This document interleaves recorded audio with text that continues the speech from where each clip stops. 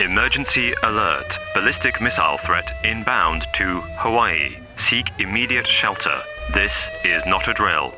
This message from the Hawaii Emergency Management Agency flooded the cell phones of locals in Hawaii on January 13th, 2018. Those listening to the radio or watching TV were told, If you are indoors, stay indoors. If you are outdoors, seek immediate shelter in a building. Remain indoors well away from windows. If you are driving, pull safely to the side of the road and seek shelter in a building or lay on the floor. Understandably, chaos ensued. There were reports of hotels evacuating residents, parents and children lying underneath mattresses in bathtubs, and people stuck in traffic abandoning their cars. Others ignored the advice to stay indoors and headed to the beach, worrying they could be trapped in a collapsing building, similar to 9/11. Yet, the seconds passed, and there was no missile, no explosion, no nuclear annihilation. 38 minutes after the initial emergency broadcast, the following message came through. Emergency alert. There is no missile threat or danger to the state of Hawaii. Repeat, false alarm. The whole thing had been a mistake. Someone had selected the wrong option during a routine check, turning a test scenario into a live scenario. But what if the alert was real? The situation has played out in TV and movies for years, but what would it actually be like? And what should you really do? Will a nuke automatically obliterate your entire city? Will the flash incinerate your retinas? Where is the safest place to hide? Or should you simply duck and cover?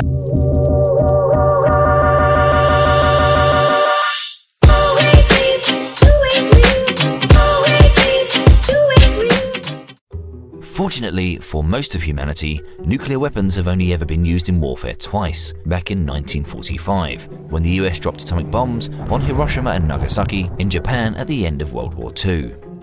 Only a few hours before it was wiped out, Hiroshima was efficiently preparing for an air raid. In surface shelters, the people calmly waited, all unaware that already descending upon them was the atom bomb.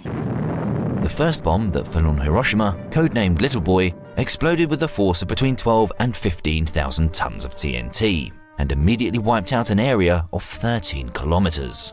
The fireball it produced was 370 meters across, with a surface temperature of 6,000 degrees Celsius. That's about the same as the surface of our sun. The results of both bombs were catastrophic, with an estimated 185,000 deaths as a result of the attacks. Perhaps the most miraculous story that came out of the atomic bombings is that of Tomoe Yamaguchi, who saw a bomber in the sky while on a business trip in Hiroshima on August 6, 1945, when suddenly, I thought the sun had fallen from the sky. He had just enough time to throw himself into a ditch, and even though he was just 3 kilometers away from the center of the blast, he survived, albeit seriously burned, temporarily blind, and with burst eardrums. He returned home to Nagasaki just in time to live through the second atomic bomb 3 days later. This time he was in an office, and once again he somehow managed to survive, in part thanks to a reinforced stairwell that reduced the ferocity of the blast in the building. I'll leave it to you to decide whether he's the luckiest or unluckiest man in history. Yet, while Mr. Yamaguchi is the only recognized survivor of both attacks, a documentary in 2006 discovered a further 165 fellow citizens who lived through both bombings. In fact, despite the death and devastation, the vast majority of people living in either city survived, with approximately 71% of the population in Hiroshima and 76% in Nagasaki making it through the attack. This should give us all hope that should the unthinkable happen, we might just make it out alive. Now, some of you are probably thinking that nukes have come a long way since World War II, and you wouldn't be wrong. The most powerful nuclear weapon ever created, the Tsar Bomba, was detonated by the USSR in 1961. The blast it produced was 50 megatons. That's more than 3,000 Hiroshimas, or 10 times the total munitions used in World War II. Even if you'd stood 100 kilometers away, you'd have got third-degree burns. Now, I've got some very bad news and some slightly less bad news. The very bad is that Russia is currently developing a 100 megaton nuclear torpedo. That's double a Tsar Bomba. If one of those nuclear torpedoes hit New York City, then 8 million people would be killed. However, the slightly less bad news is that back in 2011, when the US government produced a report looking at how authorities should respond to a nuclear attack, they weren't concentrating on such overpowered weapons. Instead, their focus was on smaller, improvised nuclear devices, or INDs, the sort of device likely to be used by a terrorist organization, and thus one people like us are more likely to deal with. As the report itself noted, A low-yield explosion from an IND is quite different from Cold War strategic thermonuclear detonation scenarios upon which much of our current understanding and civil defense planning are based. so just how big could a DIY nuke be? According to the report, anywhere up to 10 kilotons, which is almost as powerful as the first atomic bomb dropped on Hiroshima. Thus, fatalities and casualties are more likely to number in the tens of thousands, rather than the millions. I did say it was slightly less bad news, not good news. Ultimately though, your chances of survival boil down to two factors: the yield of the bomb being detonated and your proximity to ground zero, and your immediate response to the attack. Let's examine each of these factors in turn. The yield of a nuclear weapon is a reference to the energy it releases. The bigger the yield, the more powerful the bomb, usually given in kilotons or megatons of TNT. It's the yield of the bomb that will decide how likely you are to die in an instant or live to see Mad Max become your new reality. While we're here, let's take a moment to dispel a common misconception about the damage dealt by a powerful nuclear bomb. It's logical to assume that a bomb 1,000 times more powerful than another would do 1,000 times the damage. But this isn't the case. A bomb 1,000 times as powerful as the one that hit Hiroshima would produce an equally serious blast damage over an area 130 times as large, not 1,000 times as large. Of course, factors like weapon design, whether it explodes on the surface or in the air, the geography of the location, or even just the weather, can have an impact on the ultimate outcome of the blast. Looking back again at Hiroshima and Nagasaki, even though the second bomb was more powerful, the hills around Nagasaki helped absorb some of the damage, leading to fewer casualties. So, let's take a look at the scenario considered most likely: the detonation of a 10 kiloton nuclear device. For the sake of argument, we'll say ground zero is here, center point in London, and the bomb is detonated at surface level. The yellow circle is the fireball, which has a radius of about 200 meters for our relatively modest bomb. Remember, the surface temperature of the fireball is similar to that of our sun. Needless to say, getting caught within this area means an extremely quick death. The red circle is what I like to call the super shockwave. Here, the pressure of the blast is so great that most buildings are destroyed, and while humans can physically withstand the pressure, the hurricane force winds, combined with the flying debris, mean almost all people in this area are killed. For our IND, this is 470 meters from the center of the explosion. Moving further out, we see the extent of the blue circle, which illustrates the medium-strength shockwave. You're likely to find most residential buildings have collapsed, numerous fatalities and extensive injuries amongst those who have managed to survive. We're now approaching almost 1 kilometer from ground zero. At 1.25 kilometers, we're reaching the limit of the extreme radiation. Within this green circle, people are absorbing doses of radiation 800 times greater than the average American is exposed to in an entire year. What this means in practice is death rates of between 50 to 90% from radiation poisoning, leading to painful deaths lasting anywhere from just a few hours to several weeks. Expect to suffer from nausea and headaches to begin with, followed by your hair falling out, bleeding, and increased chance of infection if you make it beyond the first few days. Then, finally, the orange circle, which extends just over 1.4 kilometers from ground zero, shows the thermal radiation produced by the blast. The atom bomb destroys by heat. People caught in the open as far as 2 miles away suffered flash burns. Yet, protection could have been easily achieved. Here, a bridge post and rail shielded the surface behind it. Any solid material afforded similar protection. The heat is so intense that third-degree burns are almost inevitable. These can be fatal in themselves or require amputation. Even beyond this area, first and second-degree burns are likely due to the immense heat. All told, an area of 6.2 square kilometers would have been decimated by the hypothetical IND. Approximately 30,000 people would have died, with 75,000 more injured. Some estimates of the death toll in such densely populated areas are far more distressing, coming in at 100,000.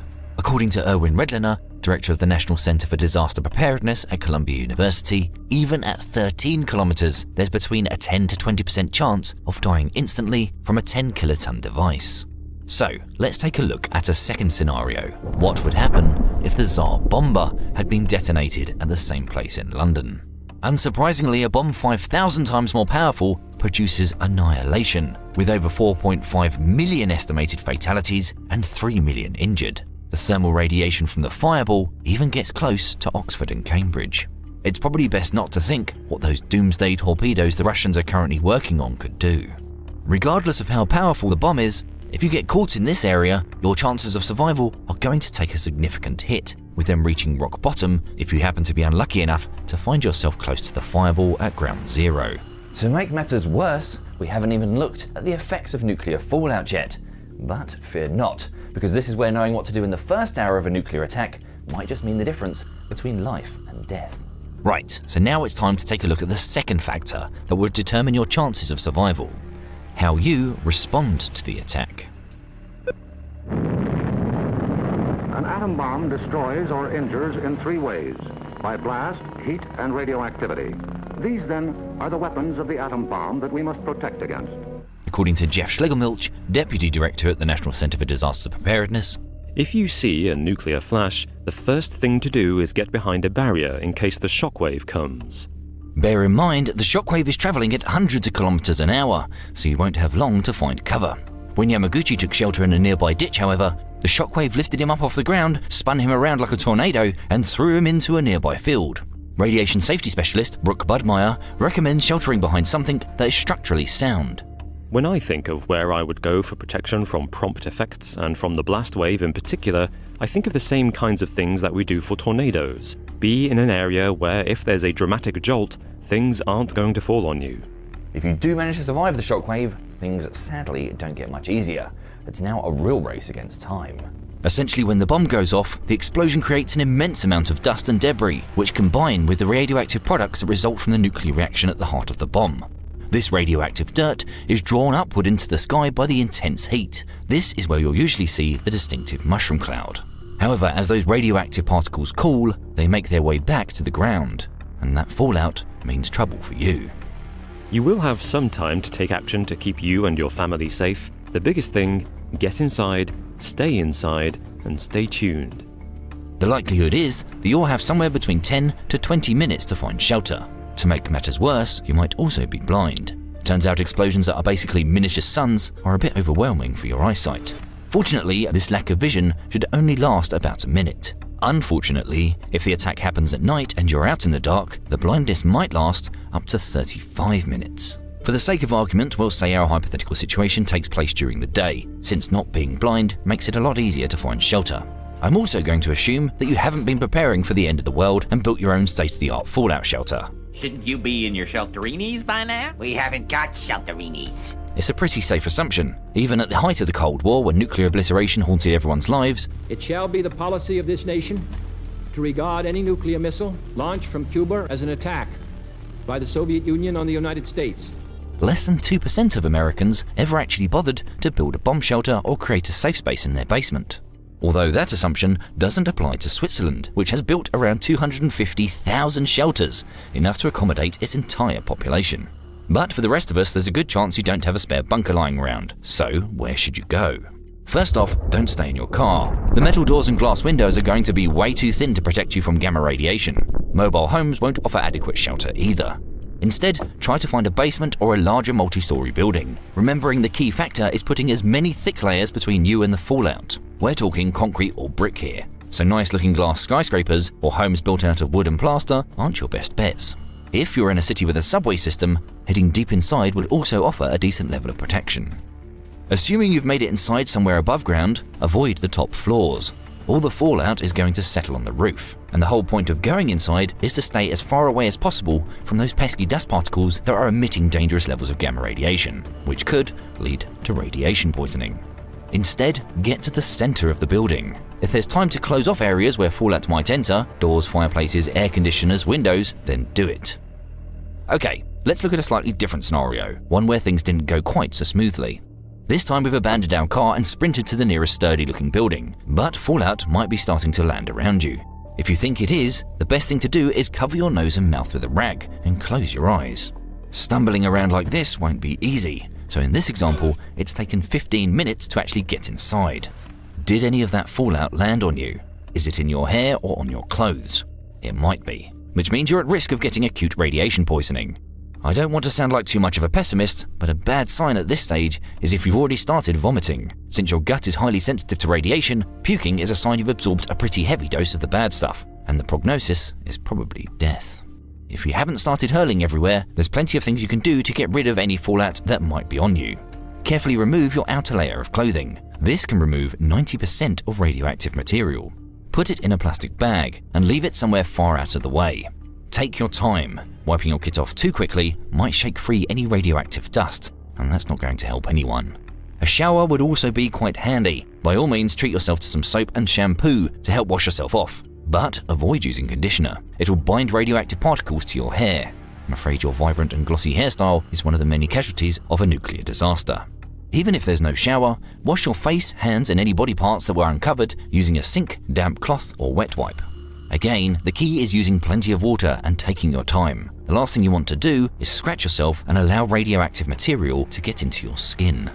By now, it's likely an hour has passed, which means that the radioactive fallout outside will have already decayed by 50%. Within the first 24 hours, it will have given up 80% of its energy, going up to 99% after 2 weeks. But remember, if the radiation was high enough to begin with, that 1% could still be dangerous. So staying indoors for as long as significantly possible reduces your chances of contamination.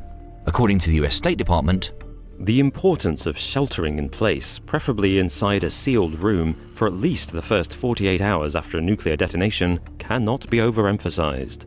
If you can, wait for government agencies to send help and listen out for their instructions before vacating your safe spot. If you are worried about Kim Jong-un going nuclear, a homemade terrorist bomb, or Alexa becoming self-aware and starting World War III, then you might be interested in preparing a basic emergency supply kit. Chances are, though, you're not going to be carrying this with you when disaster strikes. So, just remember this: get inside, stay inside, and stay tuned. And you might just make it.